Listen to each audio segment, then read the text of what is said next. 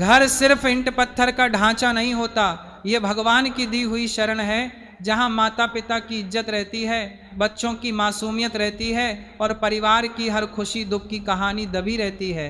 लेकिन आजकल क्या हो गया है, लोग घर को बस स्टैंड बना देते हैं, पड़ोसी आते हैं, बैठे रहते हैं, झांकते हैं, सुनते हैं और जाते वक्त मुस्कुराते हुए सारी बातें साथ ले जाते हैं।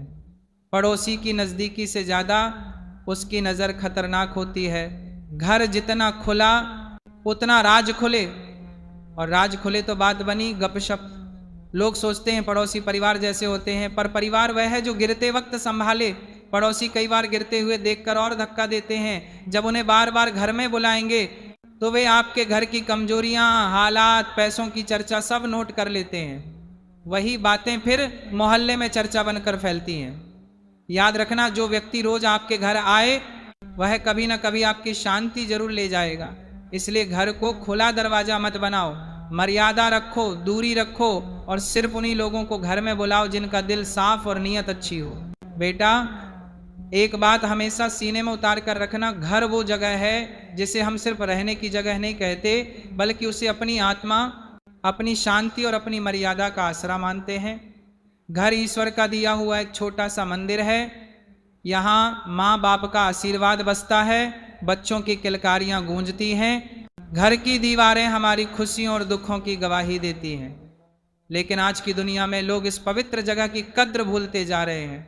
घर को वो बस स्टैंड जैसा बना देते हैं जहां जिसने चाहे आ गया, बैठ गया, चाय पी ली, गप्पे मार ली, झांका भी और सुना भी, और जाते वक्त हंसते हुए वो बातें बाहर ले जाते हैं जो आपके ही घर की कमजोरी बन जाती हैं। हर आने जाने वाला अपना नहीं होता, बार बार आने वाला मेहमान उतनी इज्जत नहीं छोड़कर जाता जितनी वह घर की बातें उठा ले जाता है। कुछ लोग सोचते हैं अरे पड़ोसी तो परिवार जैसे हैं, लेकिन अब बेटा, परिवार वह है जो तुम्हें गिरते देखकर थाम ले, न कि गिरते देखकर और नीचे ढकेल दे।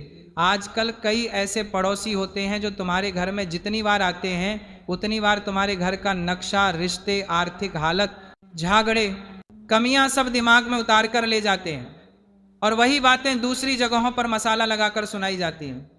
यही कारण है कि लोग कहते हैं घर ज्यादा खुला हो तो राज भी खुल जाते हैं। इंसान की फितरत होती है दूसरों की जिंदगी में ताक झांक करना, तुलना करना, जलन महसूस करना। जब कोई ज्यादा आपके घर आता है तो उसके कान बस यही खोजते रहते हैं, घर में किसका किससे झगड़ा हुआ, कौन किससे बात नहीं करता, कौन बच्चा कमजोर है, घर में कितने गहने हैं, पैसों की क्या हालत है। और फिर वही बातें मैं तो बता रहा हूं, अपनी आंखों से देखा है, कहकर पूरे मोहल्ले में चर्चा बनने लगती है। कभी किसी संत ने कहा था, जो बार बार तुम्हारे घर आएगा वो एक दिन तुम्हारी शांति जरूर लेकर जाएगा। पड़ोसी अच्छा होना वरदान है, लेकिन पड़ोसी को घर की दहलीज पर खड़े रहने दो, उसे सिर पर मत बैठा लो। घर की दहलीज पार कराना किसी के अंदर आपकी निजी दुनिया खोल देना है, और हर कोई आपकी निजी दुनिया देखने लायक नहीं होता। जहां बेटियां होती हैं वहां मर्यादा स्वाभाविक रूप से ज्यादा रखनी चाहिए। जितने मुंह उतनी बातें, जितनी नजरें उतनी टिप्पणी।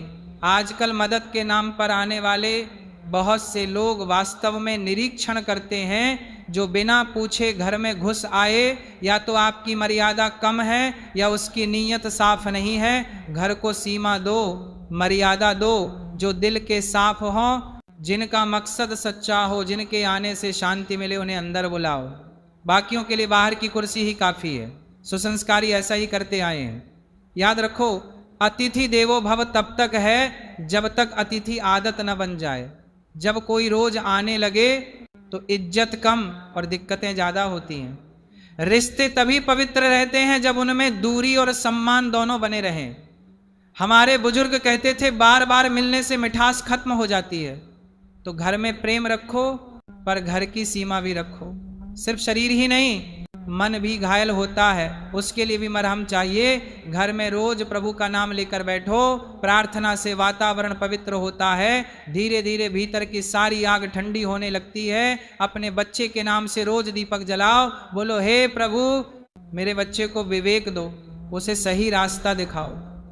ये शब्द हवा में नहीं खोते, ये ब्रह्मांड में गूंजते हैं और आत्मा तक पहुंचते हैं। बच्चे बुरे नहीं होते, बस कभी कभी रास्ता भूल जाते। माँ बाप का प्यार वह नक्शा है जो उन्हें फिर से सही रास्ते पर लाता है। हर रात का अंधेरा कभी भी सूरज को रोक नहीं सकता। बोलिए जय श्री कृष्णा, राधे राधे।